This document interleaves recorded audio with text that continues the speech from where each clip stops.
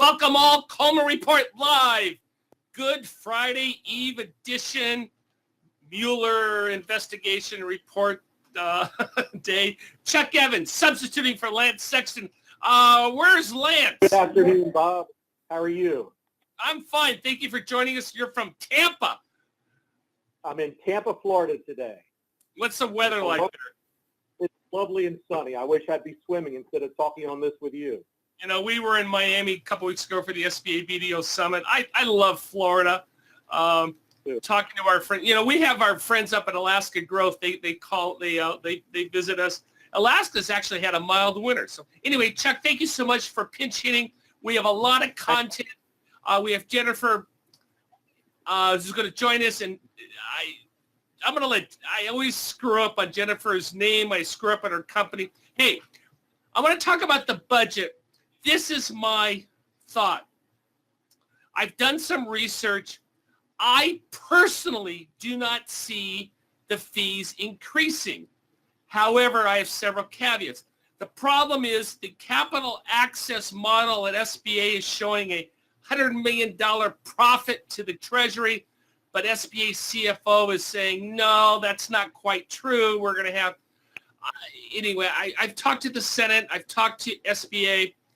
I don't see that happening, but I want to give this huge caveat. Please, please, please, anytime you close a loan, get out there, take your iPhone, do a little video, and be sure invite your two senators, your local congressperson, and let them know that this is a new small business and they're employing people. Chuck, you are a loan service provider. What are you telling your banks to do to market SBA to Congress? The purpose of this is better access to capital. And the purpose of raising the fees, in my humble opinion, is going to do just the opposite. Right. I know Congress is concerned about the record levels of lending, and so they rightfully should give Susan Strike much more ammunition in policing the lenders. I'm for that 110%. But when you start charging these additional fees and the small business applicant indirectly or directly is going to have to pay them, it's going to cut down on this lending. And then we're going to go back to the recessionary times and have problems again. Chuck, I had a conversation with the staff director of a Democratic Congress person. We don't care who the name is. She said, well, we're having a problem in our state with a franchise and loan losses. We want to know what this is going to cost the taxpayer. And I had to patiently explain to her, this is zero subsidy. And she was shocked about it. And she did not know that this is no cost. And this is why the problem is every year you get these, I hire millennials. I have kids who are millennials. So I could say this and get away with it. They hire these millennials who don't know anything, and we have to educate them as an industry of what the program is about. And once I told her this was zero subsidy, her entire attitude changed. So please, please send them, invite them to the closing, get the pictures with the ribbon, go to Washington, D.C. They'd love to hear the story about how capitalists employ employees. And they want to hear that story, and don't minimize that. I've been Chuck. You and I have been in this business for a long time, and you got to hit the pavement and hit these offices and tell the story. And even if they don't show up, that's okay. At least you're sending them letters. Say, hey, we're opening up a Subway. They're going to employ 12 people. It's at this place. We're going to do this ABC manufacturing. And that gets SBA on the radar. Look, Chuck, SBA is 0.02% of the federal budget. And Bob, this needs to be a grassroots effort. I know friends at the agency, the congressmen, they don't know about this. They don't know it's zero subsidy. We assume that they do in their position in power, but they don't. And until we, each one of us, you, me, and everyone on the call, start reaching out to the legislators, we could get in trouble if these fees go into place. Yeah, so and I said, look, grassroots effort we have to do. And I told the staff director, I said, look, this program is paid by two things. the borrower pays that guarantee fee and the bank pays an annual servicing fee. And that covers the loan losses. I said, lending is risky. There's supposed to be losses.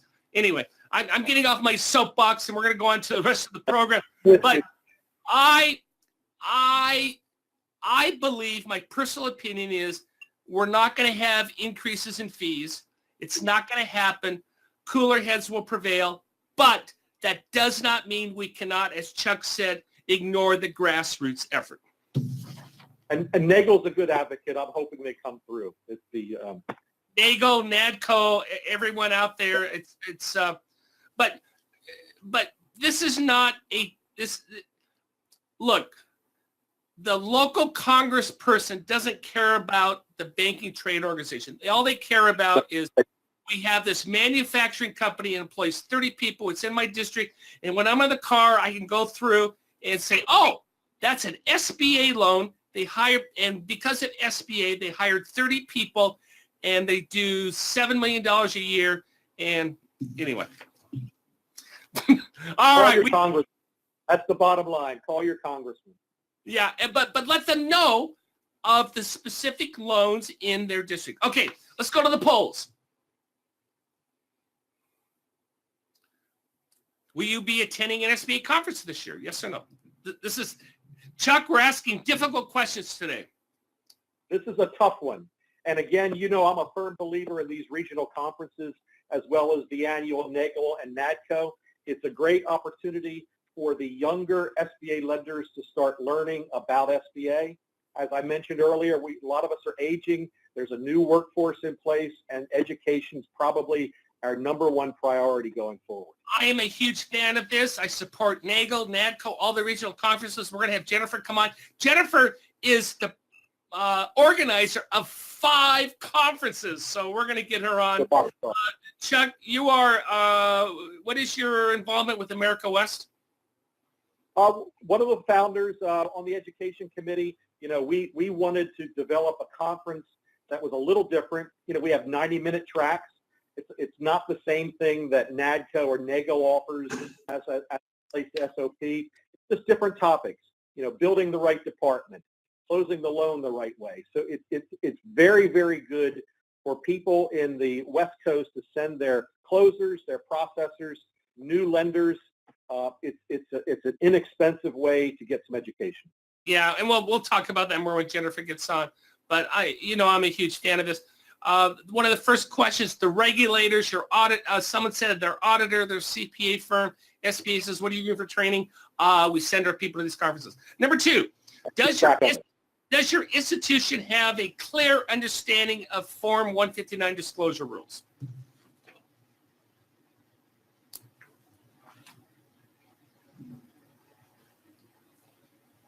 Very good, very good. The reason why this is sort of a, Chuck, this is a self-promotion for Lance and I. We're going to do a webinar next month on 159 and credit elsewhere.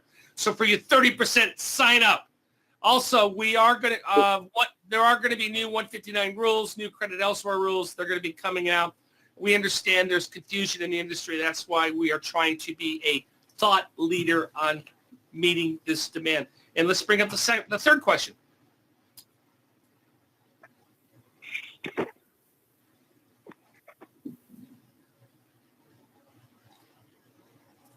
What do we got, guys? Oh, very good. I'm impressed. Well, again, because you're listening to, for those of you who are competent, you turn into Coleman Report Live every week, and we hopefully we've added clarity to this. Hey, Chuck, yesterday we did a webinar on veterinarian practices, and we like to bring up stuff that you probably don't, that is outside of your comfort zone, and just we like to ask. Okay. This is good information, Bob. Yeah, but what do you think? What are the optimal number of licensed veterinarians in an animal hospital? And you know what? They nailed it, 2 or 3.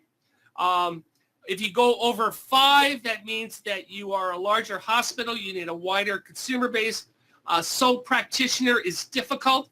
Good for you. You all nailed it. I like the answers. Good. And the last question is, what is the benchmark? How many, and Chuck, I'm a big statistician. I love stats. and I like to do what I call off financial statement benchmarks, and because this isn't on a financial statement, and when you're the underwriter and you get this, you should just do this, you ballpark this. What do you think? What is the benchmark? And again, Chuck, we have smart people on the call today. 43%, 100,000. $100,000 most everybody.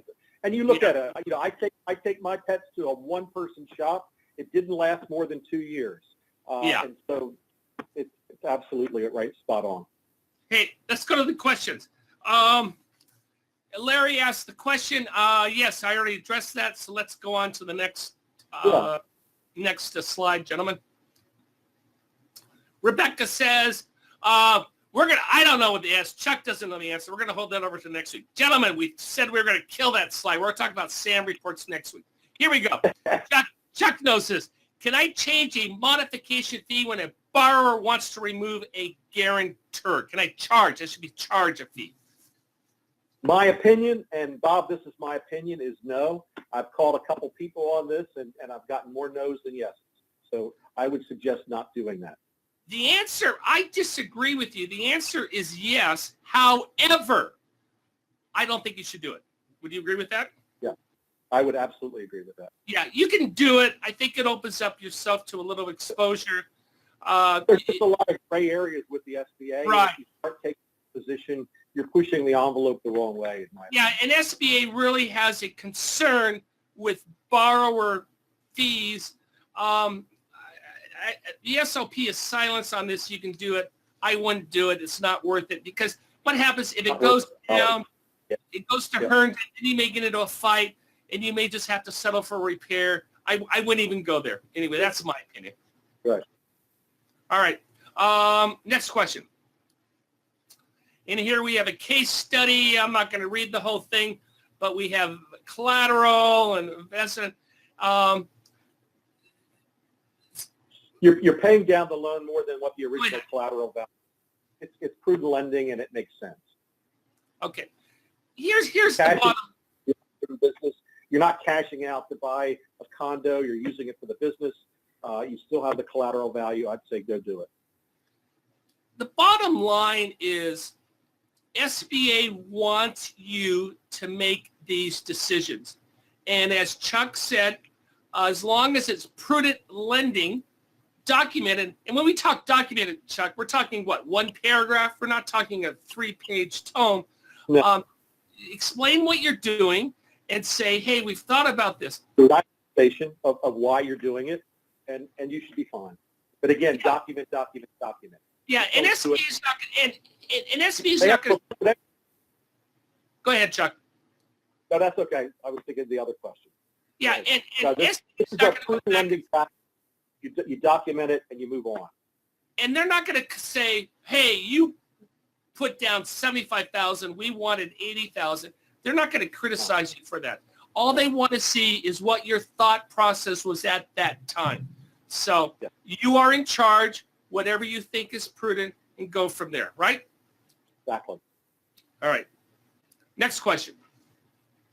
I want to talk about Live Oak Bank started their bank in, Chuck, you can correct me, I believe it was right before the recession, and they started with silos. They did dentists, veterinarians, funeral homes. They started with those silos. Look at this charge-off rate. In the last 10 years, we have $4 billion worth of loans. Charge-offs are $14 million. So, yeah, there are losses, and I'm sure those charge-offs are because of, the death, divorce, bad things happen. But these are great performing loans, and the webinar yesterday was do that. However, the takeaway was, let's be prudent. We can do 100% financing on that if you take all available collateral, i.e. the house. And I said, do the life insurance. And as you said, I loved your story. I didn't know that before. The one-person practitioner is going to be more at risk than a service with 2 or 3. Anyway. And those are the lenders. Go ahead, Chuck. Here's a good top 10. Live Oak, everyone knows about Wells Fargo, what the number 1 lender in the country. I even have First Trust Savings Bank. My friend Brian Bodo that's on the top 10. That's good. Yeah. So, I mean, these are great loans. And one of my takeaways, I had 5 takeaways, and my 5th takeaway, Chuck, was why you should be bullish about this. We said the loan performance, but it's Amazon proof. Amazon can't do this service. Yeah, they haven't figured it out. They're not going to send a drone to your house to take care of your cat. Well, that's right. And there are 2 types of SIC codes, pet care services. Those are your boarding, your grooming. And actually, they perform not as well as the veterinarian services, but they perform well. And that charge-off is over, by the way, 10 years. It's not per year. It's 10 years. And Money those we're are spending on the today. It's amazing. and the reason why you want to do this is high capital needs, a lot of CRE, and a lot of diagnostic equipment, high-level stuff. A friend of mine's a vet. I'm sure we all. I put up a slide yesterday. Was 90 million people own dogs, 94 million own cats. But a friend of mine's a vet, and they require high technical equipment. And he said, hey, I needed to buy something. It was going to cost me 50 grand, some exotic machine, and I was going to lease it. And my CPA said the cost was going to be 15% APR. And so you are able to effectively compete for this type of great asset for your institution. Gentlemen, I'm pausing. That means you get to go to the next slide. That's what that pause means. Come on, Joe. Come on, guys. Let's go. There we go. Jennifer, Thank come you. on in. We tried to get Jennifer on camera. Jennifer is a lot more attractive than Chuck and I. Jennifer, sorry we can do that. Jennifer, please pronounce your last name for me. And I always get I'll try it, eventually yours. But tell us what you do for the industry, Jennifer. Sure. So first it's Blooming, Jennifer Thank Blooming, you. and it is eventfully yours.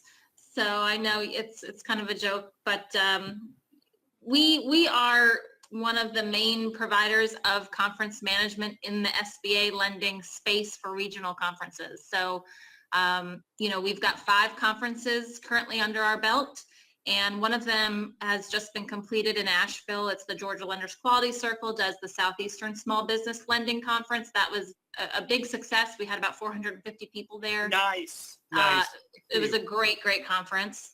And we've got 4 remaining for the rest of the year. Well, let's go through them. I'm a huge fan. I think everyone should do that. You should send your staff, as I said, document it. Your next one up is America West. Where is Rancho Mirage? And tell us about the content. Sure. So Rancho Mirage is an awesome location in Palm Springs. They nickname it the Playground of the Presidents. It's kind of an upper class area of Palm Springs. The Omni is a beautiful resort. The conference or the summit takes place June 11th to the 13th. And we've already got a number of great SBA confirmations. What is the content? Who in SBA is coming out to present? Sure. So our SBA keynote will be Associate Administrator Bill Manger. Those of you who have not heard him speak, he's a good speaker. He's great to listen to. And then following him, we have a panel of experts from Office of Credit Risk Management, Office of Financial Assistance. So you've got Susan Strike, you have Vanessa Piccioni, Bob Carpenter, and a number of other folks from headquarters that are going to make the trip out. By the way, I'm in Southern California. Pro tip. I would, you know what, just fly into LAX and rent a car and drive out there. It's a nice 2-hour drive. I'm a big desert rat. I go out there all the time. You can fly into Palm Springs, and that's fine. You can fly into Ontario, Burbank. I would just fly in, rent a car. Hertz is cheap in Southern California. It's a wonderful drive, but you can fly to Palm Springs and do the same thing, right, Jennifer? You could, yeah. There's the nice thing about this property is it is so close to a number of airports. We're flying into Ontario, but Southwest also flies into Santa Ana Airport, so everything is close. And you can, and also, now this is really off the grid. Fly to Vegas. Rent the car out of Vegas. It'll take you an extra half an hour. You can go through the desert. You know what? If you want to do that, send me an email. Call me. I'll tell you what to do. I'm a big desert rat, but anyway, good for you. What do we got? You got Detroit coming up. Is that your event?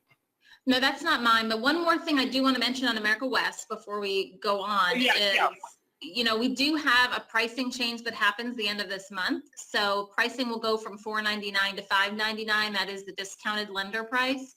So I definitely want to make sure that people take advantage of the rate prior to April 30th. And what's the hotel block? What's it going to cost to get a room there? Hotel is really inexpensive. It's only $169 per night is what we've negotiated. So it's awesome for an Omni resort. And they can go to americawestconference.com to register. And what about America East? Where is Mashantucket? Mashantucket, it's actually not too far from Mystic Seaport, actually. I've done a little research myself for a little side trip. And so it's about 2 hours from the Boston area. You could fly into Boston or you could fly into Providence, Rhode Island. That conference takes place August 14th to 16th, but it's going to be at the Foxwoods Resort, which is an awesome, you know, right outside of Vegas. It's one of the best resorts you can go to. Pricing, what's it going to cost for me to go there, and how much is my room? The room for that, I believe, is $179. So again, very, very inexpensive property as well. And Flagle's in Orlando, what is the property? So Flagle, we are returning this year to the Orlando JW Marriott. Everyone raves about that property. It's wonderful. Gotta get there. That is September 18th to 20th, and you can go to flagle.org to register. You know, Jennifer, what you do for the industry is amazing. Chuck, I know you're involved in a number of these. It's great networking. It's a great way to meet your peers. SBA buys into these. They send all their administrators from Washington, D.C. So, Jennifer, thank you so much for joining us. And I strongly encourage you to send your staff and attend these. Great training, document them, and we go from there. And with that, I believe, do we have any questions, Joseph? We're clear? Oh, hey, Chuck, we're doing it. I don't think this has been done. We're going to do a webinar on June 19th on cap lines, specifically on how to structure a loan for contractors. What do you think about that? I think it's a good opportunity for people to learn more about it. And these coming up, these are excellent webinars that you have here. And Chuck, I'll let you pitch in because you know this, and Lance, and you know this better than me, but I hear there's new SOPs on the horizon. There is an SOP, and it's probably coming out the end of the year. So stay tuned. I heard it's going to be end of the quarter. I think it's going to be sooner than that. Also, and they're calling it the 50-10-6. Yeah, they're changing the number. They're changing the numbers. Yeah, you know, that's it. Anyway, we are doing I'm going to do a pitch on this. We're going to redo credit elsewhere in 159. Lance is going to do that. We're going to do on how to document underwriting, dispersing the construction loan. And Joseph, you should put this is the 12th year we're doing hospitality financing. And we're going to do that in next month. Anyway, hey, thank you all for joining us. We really appreciate your support. We'll talk to you next week. Thank you. Thank you.